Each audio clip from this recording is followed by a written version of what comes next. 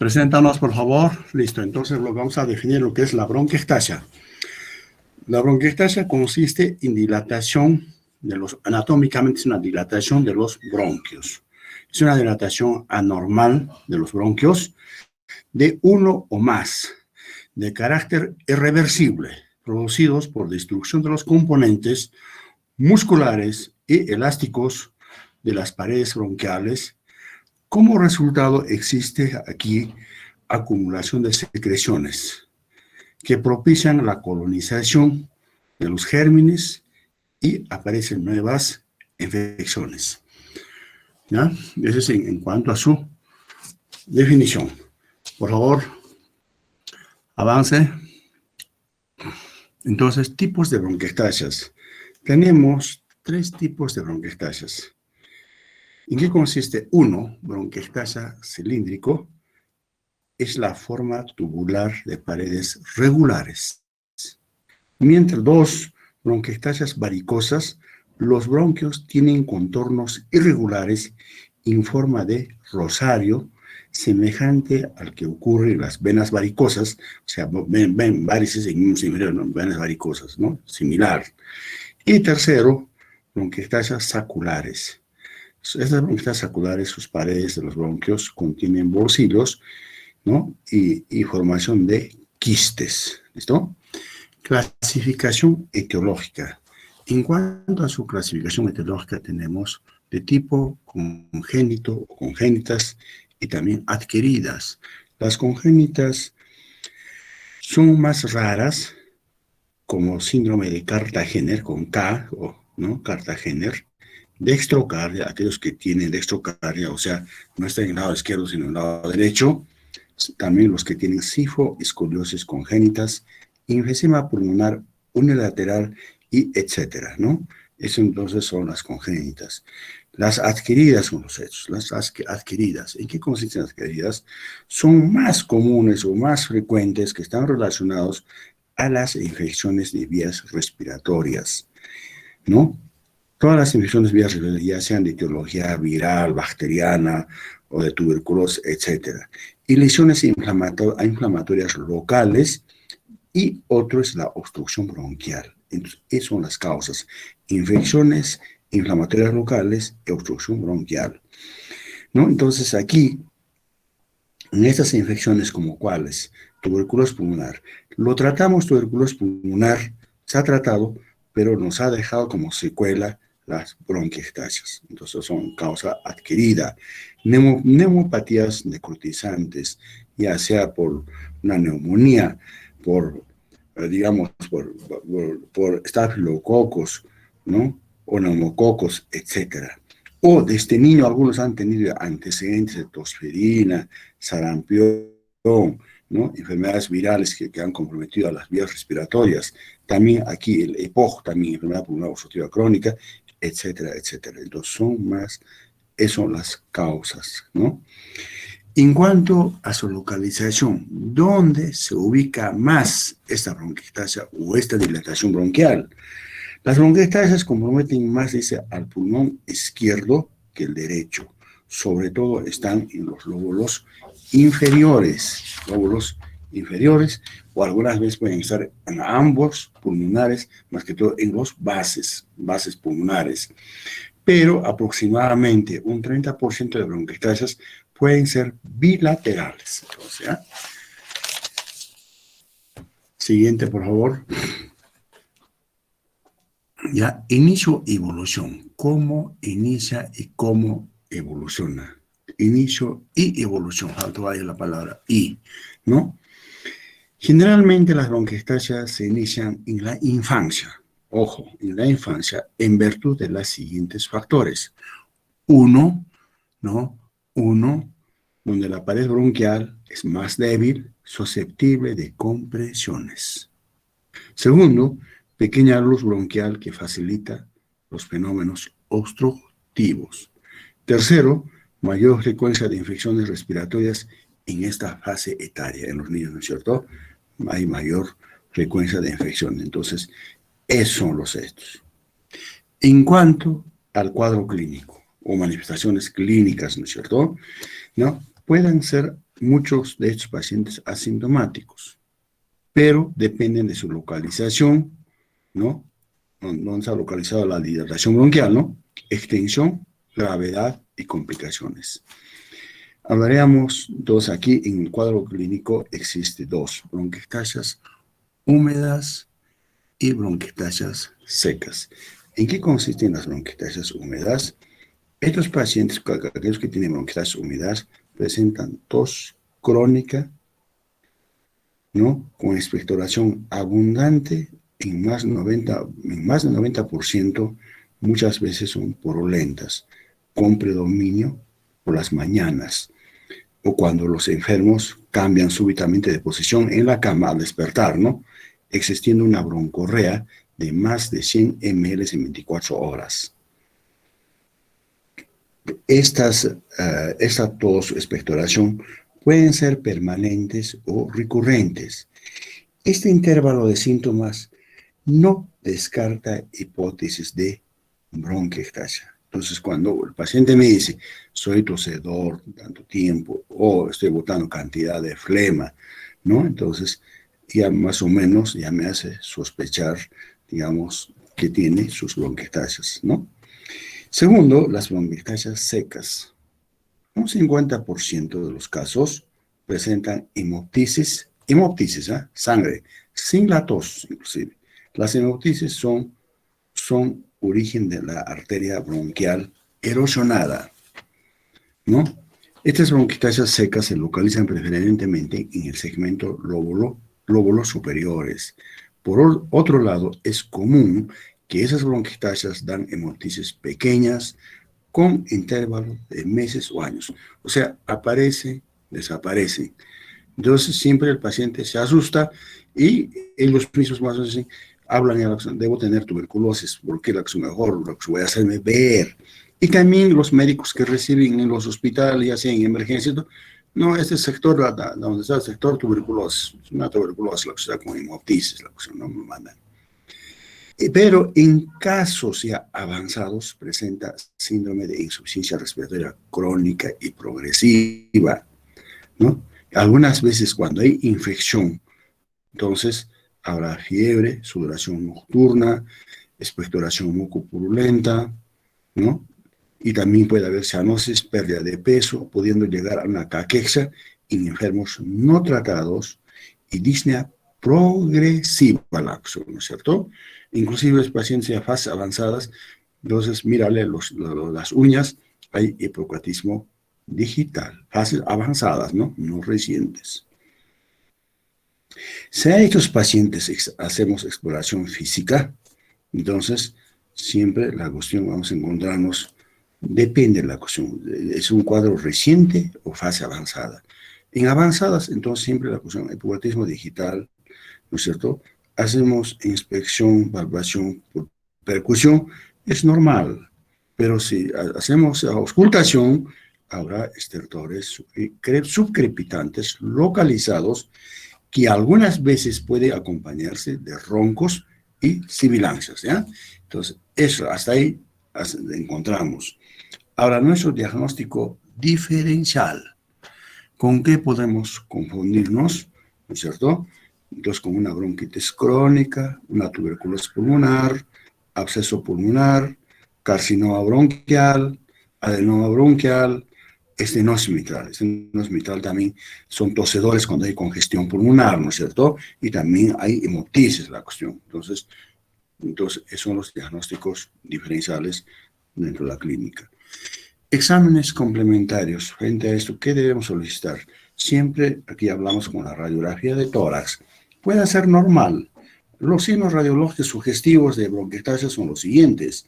Puede ser imagen de paredes bronquiales espesadas, imagen panal de abejas, ¿no? Atelectasias segmentarias y glóbulos inferiores, imagen de condensación pulmonar, algunas veces casos crónicos. Entonces, hasta ahí, casi no nos ayuda, o la radiografía de tórax nos ayuda, algo sospecha la cuestión, ¿no es cierto? Pero la clínica, el paciente está presentando tos, expectoración, ¿no es cierto? Entonces, aquí, pero ¿a dónde nos vamos la cuestión aquí? Aquí sí es necesario pedir una tomografía de tórax de alta resolución. Medio diagnóstico de lesión, pues esto nos va a ayudar a evidenciar hasta lesiones mínimas la cuestión. Entonces, con esto, cuando no había tomografía, aquí más que todo solicitábamos la broncografía, la cuestión con sustancia de contraste, ¿no? Hasta en broncoscopía, no había neumólogo, donde mando la cuestión al paciente, si estaba en condiciones, mejor que vaya a La Paz, que me traiga un resultado de una endoscopía, toda la acción. Ahora entonces ya se hace entonces con tomografía y todavía sería mejor con resonancia magnética, ¿no? Podemos hacer también espirometría, útil para cuantificar el compromiso funcional. Entonces, gas arterial, aquellos que están en casos avanzados, ¿no? Hipoxemia y o hipercapnia en casos graves.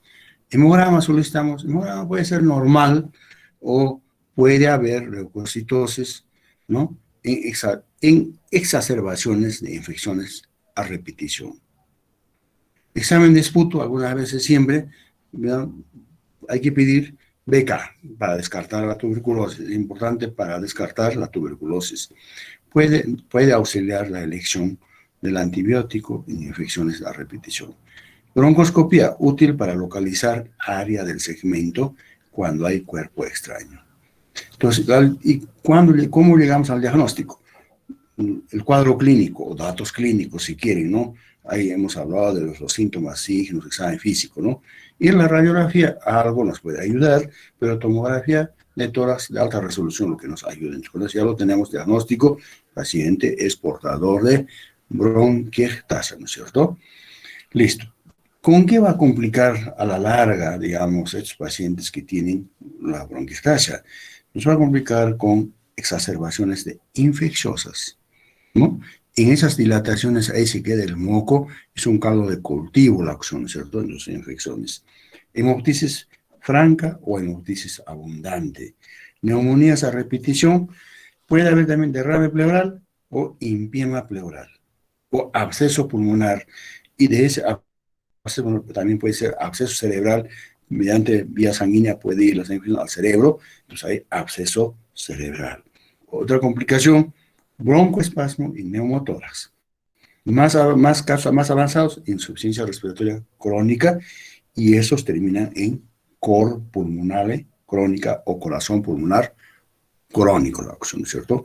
Ya hacen su hipertensión de la arteria pulmonar, repercuten en el ventrículo derecho, hipertrofia, dilatación y una insuficiencia, ya aparece, entonces hay, digamos, edema de miembros inferiores, ingurgitación yugular, ascites, hepatomegalia, etcétera, etcétera, ¿no es cierto? Entonces ya ahí sale esto. Ahora, tratamiento, pues, súbamelo por favor. Tratamiento. Entonces, ahora, ¿cómo lo tratamos? Existen dos tipos de tratamiento. Tratamiento clínico, para el médico clínico, y tratamiento quirúrgico, para el cirujano de tórax, ¿no? Entonces, el tratamiento clínico. Entonces, ¿en qué consiste? Es importante identificar y tratar enfermedad de base. ¿Cuál es la enfermedad de base? Reposo absoluto en caso de hemoptisis, ¿no? Porque si se pone sin actividad a trabajar, probablemente el paciente va a toser y más va a estar penoso. Entonces, reposo. Buena hidratación, uso de fluidificantes como acetilcisteína, ¿no es cierto? Mucolíticos que mejoran la función pulmonar. Uso de sedantes de la tos. ¿Cuáles son los sedantes de la tos? En caso de hemoptisis franca, la acción, la codeína, la acción. ¿No es cierto? La codeína es el grupo de la morfina, ¿no es cierto? Entonces, esta codeína actúa como analgésico, como antidiarreico, ¿no es cierto? ¿No?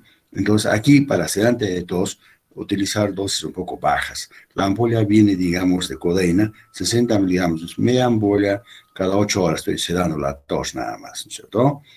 En casos de que el paciente presenta supuración, se realiza drenajes posturales, o sea, ¿no? En forma diaria, sobre todo en bronquiectasias que están ubicadas en los lóbulos inferiores. Entonces puedo poner al paciente más en posición Trendelenburg, ¿no es cierto? Elevación de miembros inferiores, ¿no? Entonces, eso. Y también puedo hacer, digamos, percutir la cuestión, ¿no? Para que bote, expectore la cuestión, ¿no? Y también antibióticos no deben ser indicados como en forma profiláctica. No tiene que ver nada. Siempre en tus antibióticos tendrás que utilizar cuando la expectoración es muy purulenta, o hay fiebre, todo, ahí sí la cuestión, ¿no es cierto? Entonces, los antibióticos de elección dependen del cultivo antivirama. A pesar, esto es un poco bien difícil. Entonces, algunos utilizan una antibiótico terapia, digamos, empírica la acción, ¿cierto? Un antibiótico que sea para vías respiratorias de amplio espectro. Entonces, utilización por lo menos buenos días, no es la cuestión 10 días, 7 días, aquí puede ser 30 días o más la cuestión, ¿cierto? Entonces, ese es el uso del antibiótico, ¿ya? Ahora viene de ahí, después, hasta ahí nosotros, un clínico puede hacer. Ahora, pues el tratamiento quirúrgico, ¿en qué caso la cuestión yo le puedo pasar al paciente, al cirujano de todas? El tratamiento quirúrgico está indicado en las siguientes situaciones. Hemoptisa a repetición, el paciente está anémico, cada nada, la cuestión está en pues, operación nomás. Bronquiectasias localizadas, la cuestión. Procesos infecciosos que no pueden ser controlados con antibiótico terapia adecuado, ¿no? Entonces, en esos casos. O bien en su efecto, los pacientes también ya se puede realizar trasplante pulmonar en lesiones extensas con insuficiencia respiratoria y lesiones, bueno, varios bronquitis ahí en los dos campos pulmonares, ¿no? En esos casos ya trasplante pulmonar la opción.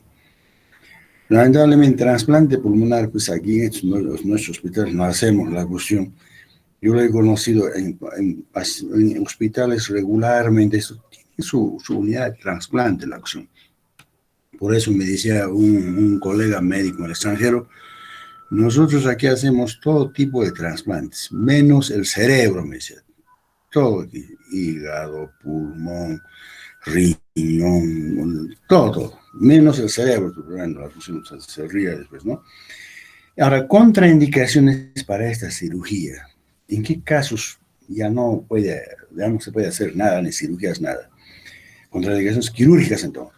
Síndrome restrictivo severo, más de 50%. Ya no se puede hacer nada. Bronquiectasias difusas bilaterales, en los dos campos pulmonares. O paciente ya está con cor pulmonar crónico descompensado, la acción ya.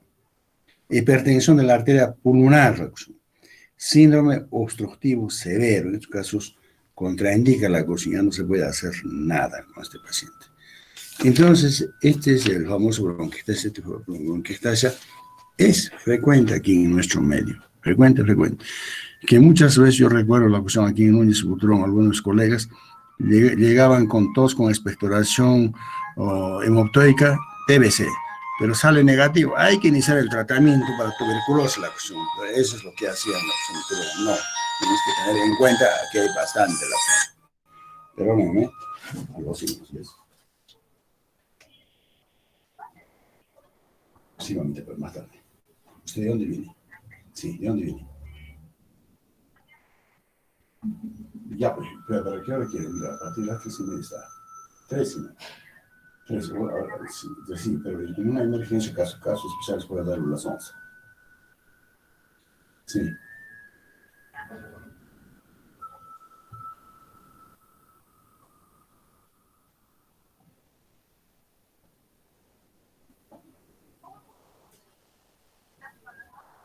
Ya, veamos, dice, 20 grados, ¿ya? Hasta luego. Entonces, este es un cuadro aquí más que todo, aquí en nuestro altiplano. ¿Quién no ha tenido, digamos, infección viral de vías respiratorias o infecciones bronquiales de etiología bacteriana? Entonces, muchos de ellos han quedado con estas patologías de bronquiectasias, ¿ya? ¿Alguna pregunta hasta aquí? Aló, buenos días. Aló. Buenos días. Dígame. Ah, bien.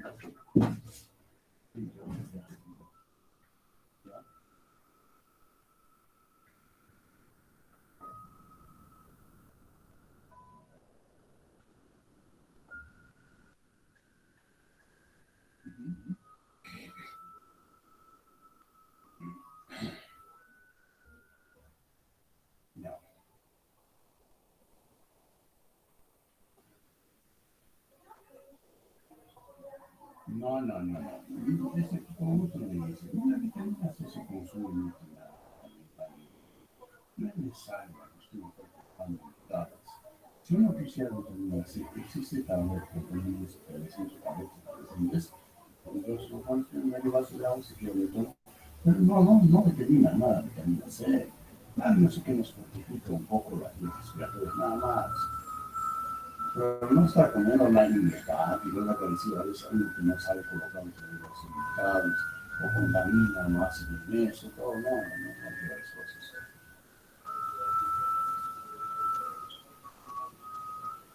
Pero si alguna, si alguna cosa que más fácil. No, bueno, a mí con ustedes no conocen, si no, ya, mira, habrá que ver a partir de las 3, pues las 11 que hay con ¿no? Se me quita, ¿eh? Por favor. Listo, sala.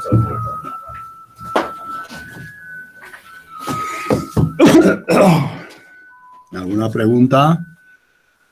Doctor, una pregunta. ¿Ya? En el caso de una indicación quirúrgica de, por ejemplo, una resección del pulmón bronquiotáctico, o sea, una parte, un lóbulo se tenga que extirpar, ¿alguna contraindicación existe para este tipo de medidas, doctor?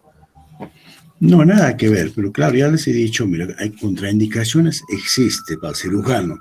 Ya no puede hacer nada, pues la cuestión cuando hay bronquiectasias difusas o cuando hay el síndrome restrictivo severo de más del 50%, el paciente ya está con una insuficiencia respiratoria crónica o el paciente ya está evolucionando con un corazón pulmonar crónico descompensado o tiene hipertensión de la arteria pulmonar. Entonces, en esos casos ya contraindica. Prácticamente la técnica que ellos hacen es donde está esa dilatación, prácticamente hacen resección y tratan de unirlo de terminar la cuestión, ¿no? Entonces, con eso tratan de resolver la opción.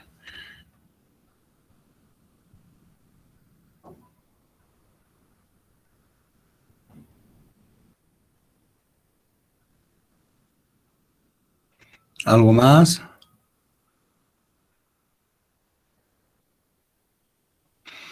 Bueno, lo que quiero decirles es, no sé, tengo tiempo disponible, lo que no tenía los lunes, miércoles y viernes, ahora ya tengo, y si es posible la cuestión de las prácticas, ya podemos separarlo, grupos diferentes, por ejemplo, ayer ya hemos